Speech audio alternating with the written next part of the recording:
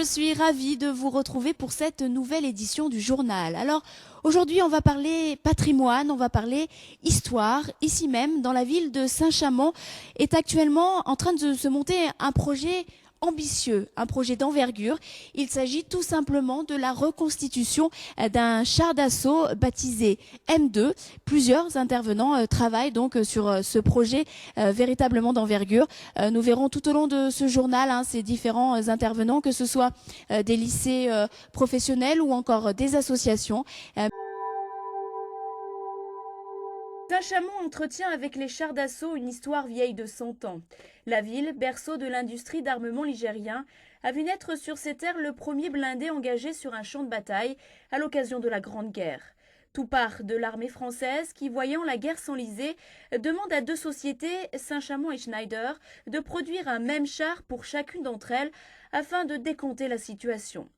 On est en 1915, les deux armées sont enterrées, elles sont séparées par des champs de barbelés. Donc le vœu de chacun des belligérants, c'est de traverser ces champs de barbelés. Or, les cadavres s'accumulent et un jour, les Français et les Anglais ont l'idée de construire un engin blindé qui va traverser ces champs de barbelés et qui va aller pulvériser l'ennemi en face.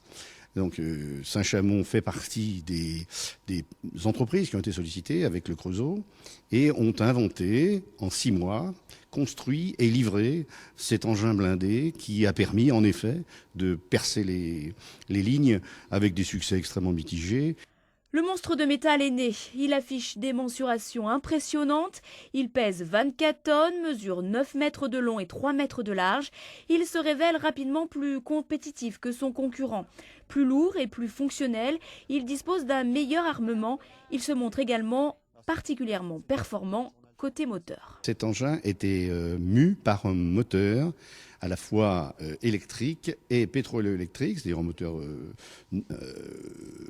mécanique qui allait générer du courant pour faire marcher un moteur électrique sur chaque chenille, ce qui en faisait un avantage à la fois technique et en même temps de maniabilité par rapport à son concurrent. Au final, ce sont 400 exemplaires de ce M2 qui sortiront des usines saint-chamonnaises. Ce char d'assaut sera utilisé jusqu'en septembre 1918, 2 mois seulement avant l'armistice. D'autres ensuite lui succéderont, à l'image du Mars 15, le dernier char à sortir du site de Novacyrie en 1990. Allez, nous sommes de retour à Saint-Chamond et plus précisément au sein du siège social du CERPI, le centre d'études et de recherche du patrimoine industriel. Alors comme vous pouvez le voir, il y a de nombreuses maquettes qui sont exposées ici même au sein de ces locaux. On a notamment ici un char, le AMX-13. Alors c'est pas le M2, mais on va dire c'est l'un de ses arrière petits-fils. Mais avec Monsieur Parrain qui est là, qui est l'un des instigateurs du projet, on va effectivement se concentrer sur le fameux char d'assaut M2. Monsieur Parrain, bonjour. Bonjour. Alors on va revenir un peu aux origines de ce projet.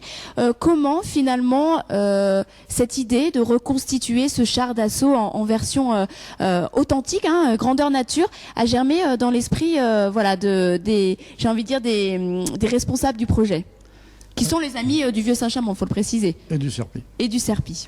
Avec Gérard Materne, nous voulions, au moment du centenaire de la guerre de 14, on recherchait l'idée d'apporter notre pierre à l'édifice pour le patrimoine saint-chamonnais et la commémoration. Et en réfléchissant, on a dit on va faire d'abord peut-être l'histoire du char. L'historique, pas le même livre que le CERPI a fait. Et puis dans un moment de délire, peut-être, je sais pas, on dit mais pourquoi on ne ferait pas une maquette à l'échelle 1 ? Donc la maquette à l'échelle 1, on l'a vendue aux amis du Saint-Chamond. Après on est allé au CERPI, on leur a dit on fait une maquette à l'échelle 1, vous voulez ? Alors il y en a une qui était faite en plastique, ils nous ont dit non, nous en acier, on ne veut pas de plastique. Après parce que ce projet, excusez-moi je vous coupe, est unique parce qu'il y avait déjà une maquette qui avait été reconstituée, mais qui n'était pas finalement dans la matière, dans l'acier, puisque vous, c'est ça qui est important, toute la caisse va être en acier. Ce qui avait été fait au préalable, c'était en polystyrène en fait. Polystyrène, je pensais. Bon. Et nous, donc, on l'a fait une maquette en acier à l'échelle 1, avec toute la reproduction du char tel qu'il est, sans bien sûr la mécanique. En fait, finalement, ce projet réunit 3 enjeux. Il y a l'enjeu historique, l'enjeu pédagogique tout à fait. Et l'enjeu technique. L'enjeu technique. Et puis on avait aussi vu les industriels pour leur dire est-ce que vous êtes intéressés. On était allé voir les gens du pays du Gis. Alors j'imagine qu'un tel projet coûte de l'argent. Parce que reconstituer ce char est un projet ambitieux, et tout projet ambitieux a un certain coût. Comment vous avez fait justement pour réunir que ce soit le matériel ou l'argent nécessaire pour monter ce fameux projet ?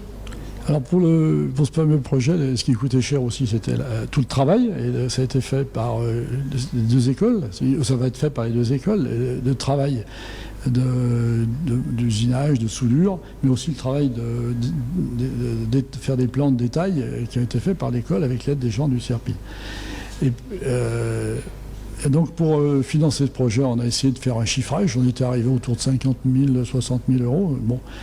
Et puis il fallait financer, il fallait trouver l'argent. Et puis au fur et à mesure qu'on avançait, on trouvait de l'argent, mais pas ce qu'on voulait. Et puis on a eu l'opportunité à un moment donné de contacter une ancienne société qui est dans la fonderie. Et puis quand j'ai demandé une aide, ils m'ont dit mais on ne peut pas vous financer, mais on peut vous faire des pièces.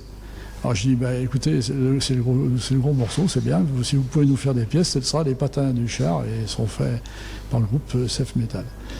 Et puis après, de fil en aiguille, on a trouvé des gens qui nous ont versé de l'argent, mais on n'était pas connus, on ne savait pas ce que c'était. J'ai le souvenir d'un mécène que j'avais rencontré avec l'aide un peu présenté par quelqu'un d'autre. Et puis au moment où je parlais du projet, il me dit alors votre char de la Vogue, il parlait qu'on croyait parler de char de la Vogue. Quand je dis non, c'était un char de la guerre de 14, fabriqué à Saint-Chamond. D'ailleurs, on s'est rendu compte que beaucoup de gens sont contents parce qu'ils ne savaient pas qu'il y avait eu cette fabrication de 400 chars à Saint-Chamond. Oui, c'est ça, puisque effectivement, on est vraiment rattaché au volet historique, c'est important de le préciser, puisque quand même ce projet s'inscrit dans le cadre du centenaire de la création du char. Très bien, Monsieur Parrain, d'avoir répondu à nos questions. Merci. Alors simplement, on l'a précisé lors de cette interview, le volet pédagogique est particulièrement important puisqu'il y a des lycéens professionnels qui interviennent sur ce projet.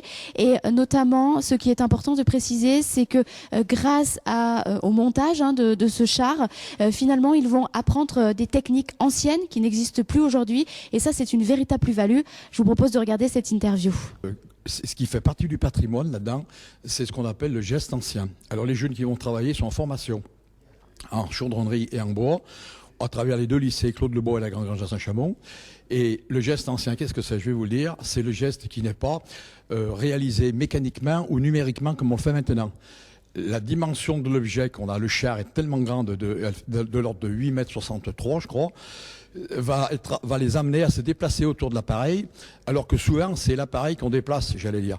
Donc, il va falloir employer des techniques anciennes, comme on faisait dans l'ancien temps, du levage, du contre-perçage, du positionnement à la main, etc., qu'ils vont apprendre très difficilement sur les modèles académiques parce que les pièces sont beaucoup plus petites. Donc le geste ancien, pour nous, c'est du patrimoine, il faut le sauvegarder.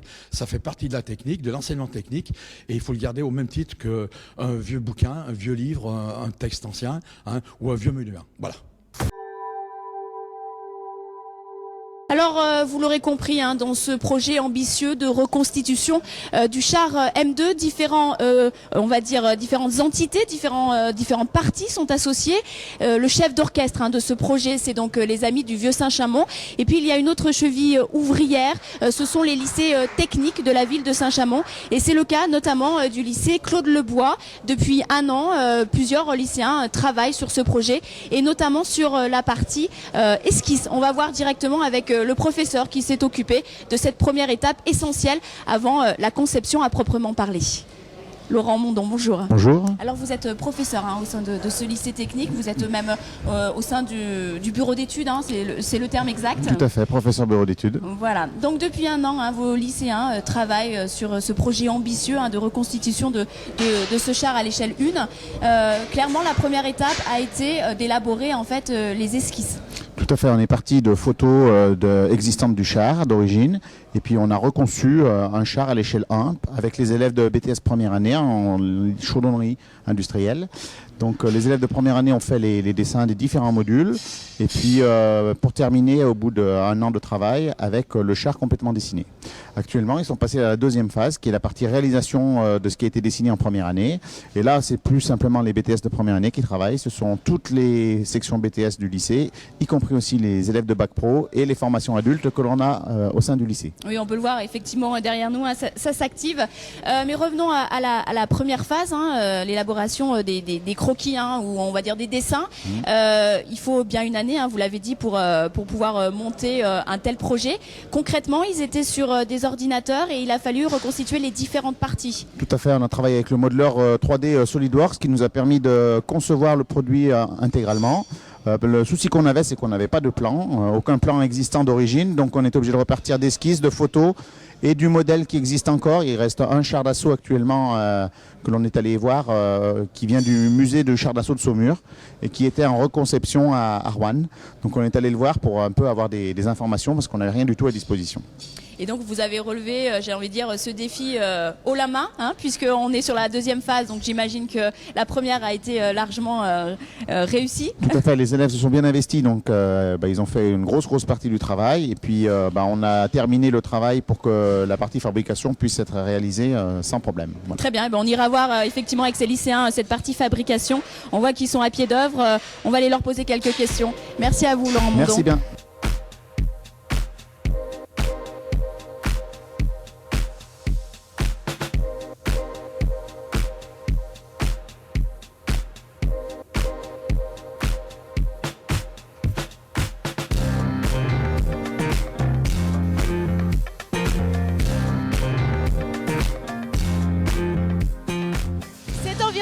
Cinquantaine d'étudiants qui travaillent actuellement dans les ateliers du lycée Claude Lebois pour mettre donc sur pied ce fameux char. C'est le cas notamment de 2 étudiants qui sont juste là. C'est le cas de Vincent, c'est ça? Bonjour Vincent. Tu es en train donc de réaliser l'une des parties du char. Est-ce que tu peux m'en dire davantage? Oui, on est en train de réaliser les côtés du char. Donc on a tout découpé à une scie à ruban.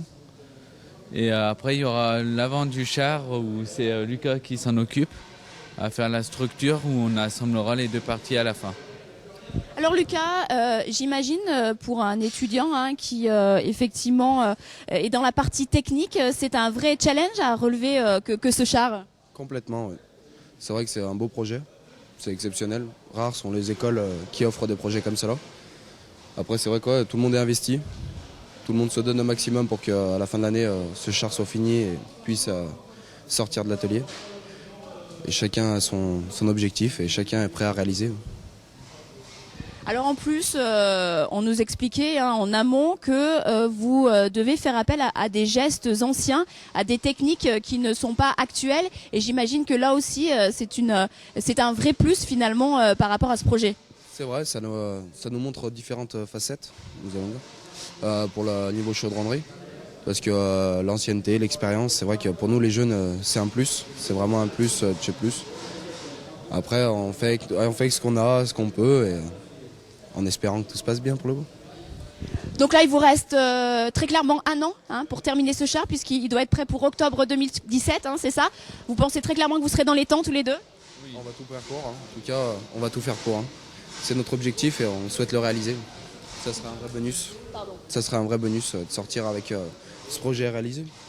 Rien que pour plus tard, nos CV, tout ça, pouvoir montrer que nous avons participé à ce projet, c'est quand même pas mal de pouvoir le dire pour plus tard. C'est une bonne expérience pour le travail. Bon, parfait, vous l'avez vu, les lycéens sont particulièrement investis. Il leur reste près d'1 an pour réaliser ce char. On va les laisser justement reprendre leurs ateliers et leurs activités. Alors vous l'avez vu, hein, pour mettre sur pied ce projet d'envergure, ce fameux char d'assaut M2, il y a différentes personnes hein, qui interviennent sur ce projet ambitieux. On a notamment du côté du volet historique, donc l'association des amis du Vieux Saint-Chamond. Sur le côté pédagogique, on a 2 lycées professionnels hein, donc du territoire. On l'a vu tout à l'heure, il y avait le lycée Claude Lebois, et puis là actuellement nous nous trouvons au lycée professionnel La Grand-Grange. Donc on verra notamment avec certains lycéens qui interviennent actuellement, qui sont en atelier. En tout cas, il y a également aussi hein, une partie qui est importante, c'est la partie technique. Et pour cela, les amis du Vieux Saint-Chamond ont décidé de faire appel au CERPI. Alors j'ai à mes côtés quelqu'un qui connaît très bien hein, le CERPI, puisque vous êtes membre effectivement de cet organisme. Donc je l'ai dit en préambule, hein, vous êtes intervenu notamment sur la partie technique et tout ce qui concerne en fait les fameuses chevilles. C'est ça, chenilles. Voilà, chenilles. Le train de roulement et chenilles. Voilà, dites-moi. Donc en fait, la première fois que nous avons rencontré les gens du lycée Claude Lebois, ils étaient enthousiasmés par le projet qu'on leur présentait, mais ils étaient un peu effrayés justement par cette partie roulement, train de chenille, qu'on appelle le train de chenille. C'est vrai que ce train de chenille est composé de pièces qui sont relativement complexes, donc ils étaient un petit peu effrayés. Donc le rôle du CERPI, ça a été de les convaincre. Alors pour les convaincre, j'ai personnellement fait des croquis. Je me suis remis au travail en faisant des croquis, en tenant compte des critères les critères suivants, c'est-à-dire leur capacité au niveau machine et puis au niveau aussi personnel. On a affaire à des élèves, non pas à des professionnels. Oui. Donc en tenant compte de ces critères, on a réussi avec M. Mourdon qu'on a vu tout à l'heure. On a réussi à convaincre ces personnes-là et ça a démarré comme ça. Voilà. Donc vous travaillez en partenariat depuis un an avec les deux lycées, notamment le lycée ici, puisque le lycée qui est le lycée Grand-Grange est en train de réaliser en fait ce qu'on appelle les galets. Et là, vous avez apporté votre soutien à ce niveau-là. Donc effectivement, là, le lycée, nous sommes intervenus aussi au niveau soutien technique avec le lycée de la Grand-Grange pour la réalisation de ces galets de franchissement. Donc ce sont des galets qui sont en bois, qui ont une forme de tonneau. Et là, avec Monsieur Bignon, on a discuté un peu technique pour la réalisation de ces galets qui sont en train de prendre forme. Oui, on voit sous nos yeux, puisqu'on a différentes tranches en fait de planches de bois. Voilà, ce sont des planches de bois qui sont collées, qui sont collées, et après qui vont être façonnées à la main comme le fait ce jeune homme. Alors, lorsqu'on a interviewé certains lycéens, ils nous expliquaient que c'était un véritable défi. J'imagine que pour vous aussi, là on est à peu près à un an hein, du projet final, hein, puisque c'est en octobre 2017 qui doit être présenté à Saint-Chamond. Comment vous le sentez ce projet? Vous êtes confiant? Initialement j'avais peur, je vous dis franchement, car il faut savoir que notre maquette va avoir la taille d'un bus pratiquement. Donc c'était effrayant. Bon, il y avait aussi la partie, on va dire, financière.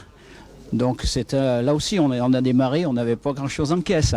Mais là, petit à petit, au fil de l'avancement, on a trouvé un soutien au niveau des professionnels de la région qui nous fournissent de la matière, qui nous fournissent de la peinture, qui nous fournissent des éléments qui composent le train de chenille, notamment des ressorts. Donc là, on a pris... On s'est dit c'est bon, le train est en route, est en marche et tout fonctionne très bien. Vous devez avoir hâte de voir le produit final. Absolument, oui. Bon, il faut attendre octobre 2017. Voilà, il faudra faire. Voilà. Bon, très bien. Être un petit peu patient et puis y croire. On croise les doigts. Mais un ça projet va marcher. De cette taille-là, il faut forcément un peu de temps. Et on est heureux de voir l'enthousiasme des lycées qui nous accompagnent dans cette aventure. Oui, parce que sans eux, rien ne serait possible, effectivement. Absolument, rien ne serait possible. Très bien. Merci en tout cas d'avoir répondu à nos questions. Merci. Voilà, c'est déjà la fin de cette édition. Merci à vous de l'avoir suivi. Alors, sachez que la présentation officielle de ce char d'assaut aura lieu en octobre 2017. Il devrait vraisemblablement avoir lieu donc sur le site de Nova Syrie. Ça sera à l'occasion du centenaire de la création du char.